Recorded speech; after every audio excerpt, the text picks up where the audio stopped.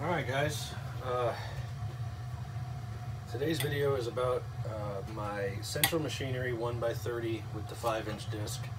This is literally the exact same machine as the Harbor Freight 1x30. This is the Harbor Freight 1x30 by 5-inch disc. Exact same machine except for this one has the disc. This unit, when I first got it, I read the reviews. It's not the greatest thing in the world. It is a toy compared to the rest of the sanders in the world that cost $2,000. I can't afford that on a budget. However, I'm getting into knife making, and this is right there in my price point.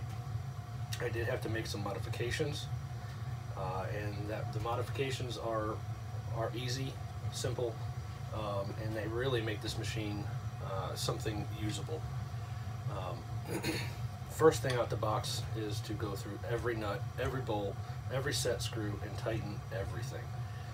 Everything on this was loose. The bottom frame part of this was a little bit out of true and bent. I had to fix that just a little bit. Other than that, the unit's relatively good now. I really like it, and everything's working out in my favor. First mod I did is the table. The table is way too small.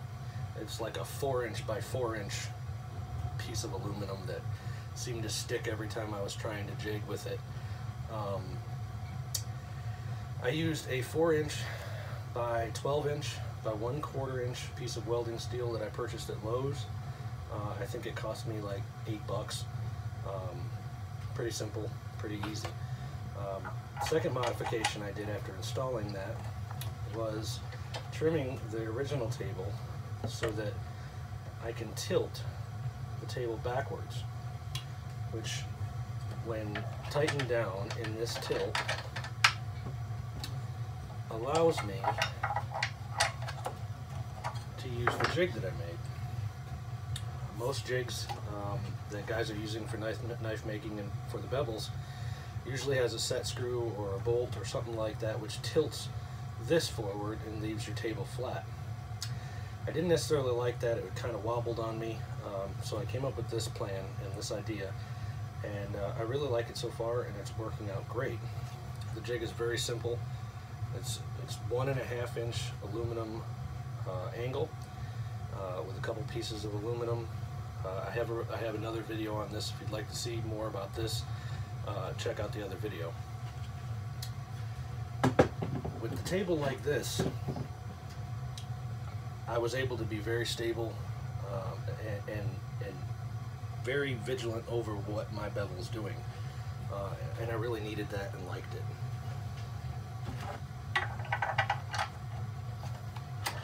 That being said, I had to do a small modification to the table so that I could, of course I drop everything. Anyway, on the bottom of the table that came with it, this lip goes all the way around, which was hitting the top of the motor and the top of this orange piece here, which didn't allow the table to tilt forward. So I just basically cut it out, and there was really no need for it. This piece is not what I care about being stable. This piece is. It works great. Second modification, this guard. Now I know safety and blah blah blah, but this guard went down to about this far, which is way too far down. I'm planning on replacing this platen. This platen is junk. Truthfully, it's a very crappy piece of metal, and really wasn't true in 90. I had to bend it a little bit and reset these screws and toy with it, but I've got it set pretty good right now. My next plan is for a better platen. I'll probably do a video on that when I'm done. I cut about this much of it off, thinking that I'd use this as the slack for grinding all sorts of handles and things like that. And then I like the idea, however I needed more room here, and with the new platen going in, this slack was going to be gone. So basically the third modification I did was cutting out this top part. If I remove this, I can show you that there's plenty of rigidity on the inside. Still have this bottom piece here, and then there's little triangle supports, I guess you'd call them, on the inside, which this thing's not going anywhere. It's an underpowered motor. The motor is good for the 1 inch, but it's not the greatest. You put a whole lot of pressure and this belt's basically stopping. I don't really need that much pressure all the time, and I like to go gradual anyway. So that worked out very well for me to pull this top part off, and I can do all my handle work, any slack grinding that I need right here. Opened up a whole new part of this machine that really and truthfully became very useful. All right, now, let me go back here. Next one, the fifth modification I did was this drive wheel. When I opened this up for the first time, I realized this set screw right here was very loose. I was literally able to pull my wheel off. From the factory, apparently they didn't do a greatest job assembling these. This wheel was not true. It was not round. It was very oblong, and it was causing my unit to have a whole lot of vibration. I'm not saying that every unit is going to be the same way. Mine was. What I did then was take the belt off, turn the motor on, and I used a file to reprofile this wheel as it was spinning, which made it true and round. I then took some sandpaper and used it to smooth it back down, give it a real nice profile, and everything from that point on worked great. Put it back on, put the set screw in, tighten everything down, and it's been phenomenal ever since. One of the other mods that actually had a lot to do with vibration was this piece here. This is the tracking system. This tracking system is held on by a C-clip that's right here in the front, a spring, a washer, and a washer on the outside of this shaft. The shaft diameter on the inside where this piece goes through is a lot larger than this set screw that you turn. There was a big gap in here, and it made this wobble back and forth, up and down, and it was really ridiculous. I took the C-clamp off, pulled everything out, and realized that there was probably about a 1/16 of an inch around where this piece goes through this piece. That was very simple for me to realize what I needed to do, and I took a piece of this little tiny hose. You could use probably a pen, anything that you could be able to cut it out and it would fit inside.